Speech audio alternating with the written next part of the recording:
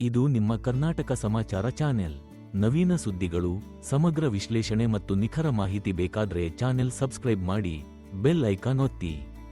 ನಿಮ್ಮ ಬೆಂಬಲ ನಮ್ಮ ಶಕ್ತಿ. 2025ರ ಗುರು ಪೂರ್ಣಿಮಾವನ್ನು ನಾಳೆ ಅಂದರೆ ಜುಲೈ 10ರಂದು ಆಚರಿಸಲಾಗುವುದು.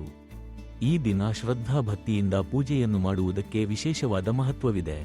ಹಾಗಾಗಿ ಈ ದಿನ ನಿಮ್ಮ ರಾಶಿಗನುಸಾರ ಯಾವ ದೇವರನ್ನು ಪೂಜಿಸಿದರೆ ಸಾಕಷ್ಟು ಶುಭ ಫಲಗಳ ಪ್ರಾಪ್ತಿಯಾಗುವುದು ಎಂದು ಇಲ್ಲಿ ತಿಳಿಯಿರಿ. 2025ರ ಗುರು ಪೂರ್ಣಿಮಾವನ್ನು ನಾಳೆ ಅಂದರೆ ಜುಲೈ 10ರಂದು ಆಚರಿಸಲಾಗುವುದು. ಈ ದಿನ ಶ್ರದ್ಧಾ ಭಕ್ತಿಯಿಂದ ಪೂಜೆಯನ್ನು ಮಾಡುವುದಕ್ಕೆ ವಿಶೇಷವಾದ ಮಹತ್ವವಿದೆ. ಹಾಗಾಗಿ ಈ ದಿನ ನಿಮ್ಮ ರಾಶಿಗನುಸಾರ ಯಾವ ದೇವರನ್ನು ಪೂಜಿಸಿದರೆ ಸಾಕಷ್ಟು ಶುಭ ಫಲಗಳ ಪ್ರಾಪ್ತಿಯಾಗುವುದು ಎಂದು ಇಲ್ಲಿ ತಿಳಿಯಿರಿ. ಕಟಕ ರಾಶಿಯ ಅಧಿಪತಿ ಸೌಮ್ಯ ಗ್ರಹವೆಂದು ಕರೆಯುವ ಚಂದ್ರನಾಗಿದ್ದಾನೆ. ಹಾಗಾಗಿ ಈ ರಾಶಿಗೆ ಸೇರಿದ ಜನರು ಶಿವ ಮತ್ತು ಪಾರ್ವತಿಯನ್ನು ಪೂಜಿಸುವುದು ಉತ್ತಮ. ಕಟಕ ರಾಶಿಗೆ ಸೇರಿದ ಜನರು ಈ ದೇವರನ್ನು ಪೂಜಿಸುವುದರಿಂದ ಮಾನಸಿಕ ಶಾಂತಿ ಮತ್ತು ಕುಟುಂಬದಲ್ಲಿ ಸಂತೋಷ ಲಭಿಸಲಿದೆ. ಜೊತೆಗೆ ಧನ ಲಾಭಕ್ಕಾಗಿ ಉತ್ತಮ ಅವಕಾಶಗಳು ಕೂಡ ಲಭಿಸುವುದು.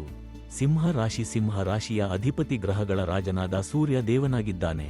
ಹಾಗಾಗಿ ಈ ರಾಶಿಗೆ ಸೇರಿದ ಜನರು ಸೂರ್ಯ ದೇವ ಮತ್ತು ವಿಷ್ಣುವನ್ನು ಪೂಜಿಸುವುದು ಒಳ್ಳೆಯದು. ಇದರಿಂದಾಗಿ ಸಿಂಹ ರಾಶಿಗೆ ಸೇರಿದ ಜನರು ಸಮಾಜದಲ್ಲಿ ಹೆಚ್ಚಿನ ಗೌರವ, ಖ್ಯಾತಿಯನ್ನು ಗಳಿಸುವರು ಮತ್ತು ನಿಮ್ಮ ಜ್ಞಾನ ಮತ್ತು ಆತ್ಮವಿಶ್ವಾಸದಲ್ಲಿ ಸಾಕಷ್ಟು ಹೆಚ್ಚಳವಾಗಲಿದೆ. ಕನ್ಯಾ ರಾಶಿಯ ಅಧಿಪತಿ ಬುಧ ದೇವನಾಗಿದ್ದಾನೆ. ಹಾಗಾಗಿ ಈ ರಾಶಿಗೆ ಸೇರಿದ ಜನರು ವಿಷ್ಣು ಮತ್ತು ಗಣೇಶನನ್ನು ಭಕ್ತಿಯಿಂದ ಪೂಜಿಸುವುದು ಉತ್ತಮ. ಇದರಿಂದಾಗಿ ಕನ್ಯಾ ರಾಶಿಗೆ ಸೇರಿದ ಜನರು ತಮ್ಮ ಜೀವನದ ಪ್ರತಿಯೊಂದು ಕ್ಷೇತ್ರದಲ್ಲಿ ಪ್ರಗತಿಯನ್ನು ಗಳಿಸುವರು ಮತ್ತು ನಿಮ್ಮ ಬುದ್ಧಿ ಹಾಗೂ ವಿವೇಕದಲ್ಲಿ ವೃದ್ಧಿಯಾಗಲಿದೆ. ತುಲಾ ರಾಶಿಗೆ ಸೇರಿದ ಜನರು ಕೃಷ್ಣ ಮತ್ತು ಲಕ್ಷ್ಮೀ ದೇವಿಯನ್ನು ಶ್ರದ್ಧಾ ಭಕ್ತಿಯಿಂದ ಪೂಜಿಸುವುದು ಉತ್ತಮ. ಇದರಿಂದಾಗಿ ತುಲಾ ರಾಶಿಗೆ ಸೇರಿದ ಜನರು ತಮ್ಮ ಜೀವನದಲ್ಲಿ ಉತ್ತಮ ಸಮತೋಲನವನ್ನು ಕಾಯ್ದುಕೊಳ್ಳಲು ಸಾಧ್ಯವಾಗುವುದು ಹಾಗೂ ಧನ, ಸಂಪತ್ತು, ಐಶ್ವರ್ಯದಲ್ಲಿ ಸಾಕಷ್ಟು ಹೆಚ್ಚಳವನ್ನು ಹೊಂದುವ ಯೋಗವೂ ಕೂಡ ಲಭಿಸಲಿದೆ. ವೃಶ್ಚಿಕ ರಾಶಿ ಮಂಗಳ ಗ್ರಹದ ಆಧಿಪತ್ಯವಿರುವ ವೃಶ್ಚಿಕ ರಾಶಿಗೆ ಸೇರಿದ ಜನರು ಹನುಮಂತ ಮತ್ತು ಕಾಳಿ ದೇವಿಯನ್ನು ಶ್ರದ್ಧಾ ಭಕ್ತಿಯಿಂದ ಪೂಜಿಸುವುದು ಉತ್ತಮ.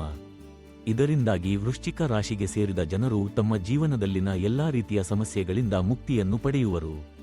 ಧನು ರಾಶಿಯ ಅಧಿಪತಿ ಗುರುದೇವನಾಗಿದ್ದಾನೆ. ಹಾಗಾಗಿ ಧನು ರಾಶಿಗೆ ಸೇರಿದ ಜನರು ವಿಷ್ಣು ಮತ್ತು ದುರ್ಗಾ ದೇವಿಯನ್ನು ಶ್ರದ್ಧೆಯಿಂದ ಪೂಜಿಸಬೇಕು. ಇದರಿಂದ ಆಧ್ಯಾತ್ಮಿಕ ಜ್ಞಾನದಲ್ಲಿ ಬಹಳಷ್ಟು ವೃದ್ಧಿಯಾಗಲಿದೆ. ಮಕರ ರಾಶಿಯ ಅಧಿಪತಿ ಶನಿದೇವನಾಗಿದ್ದಾನೆ. ಹಾಗಾಗಿ ಈ ರಾಶಿಗೆ ಸೇರಿದ ಜನರು ಶಿವ ಮತ್ತು ಶನಿ ದೇವನನ್ನು ಶ್ರದ್ಧಾ ಭಕ್ತಿಯಿಂದ ಪೂಜಿಸುವುದು ಒಳ್ಳೆಯದು. ಹೀಗೆ ಮಾಡುವುದರಿಂದ ಮಕರ ರಾಶಿಗೆ ಸೇರಿದ ಜನರಿಗೆ ಸಾಕಷ್ಟು ಶುಭ ಫಲಗಳ ಪ್ರಾಪ್ತಿಯಾಗುವುದು. ಈ ದೇವರುಗಳ ಪೂಜೆಯಿಂದಾಗಿ ನಿಮಗೆ ಧೈರ್ಯ, ಜ್ಞಾನ ಮತ್ತು ಜೀವನದಲ್ಲಿ ಸ್ಥಿರತೆಯನ್ನು ಹೊಂದುವ ಯೋಗವು ಲಭಿಸಲಿದೆ.